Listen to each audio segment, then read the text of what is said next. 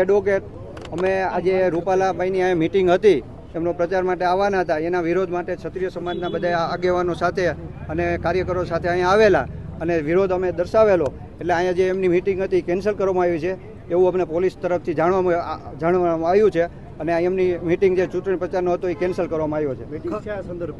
Meeting એમના પ્રચાર માટે ચૂંટણી પ્રચાર માટેની જ મીટિંગ હતી એટલે એ એને કેન્સલ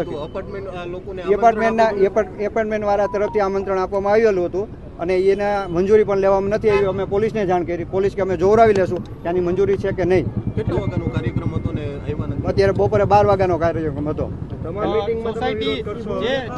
જે જગ્યાએ મીટિંગ હતી પ્રદ્યુમન ત્યાંના સ્થાનિકો પણ વિરોધ કરી રહ્યા છે. હા, એના સ્થાનિકો જે અંદર છે એ પણ વિરોધ કરી રહ્યા છે. એ પણ અમારી સાથે જ છે અને એ પણ એમને મંજૂર નથી કે આ મીટિંગ કરે ને આ બબાલ થાય એના માટે. એટલે અમે ક્ષત્રિય સમાજ શાંતિથી અહીંયા રજૂઆત કરવાના છીએ, વિરોધ પ્રદર્શન કરવાના છીએ. કોઈ રીતે અમે જ્યારે અમારું 5 લાખ પબ્લિક ભેગું થયું ત્યારે અમે ટીટોળીના ઈંડા બચાવ્યા હતા અને આજે કોઈ પબ્લિકને હેરાન ન થાય એ રીતનો જ અમારો વિરોધ શાંતિપ્રિય રહેશે.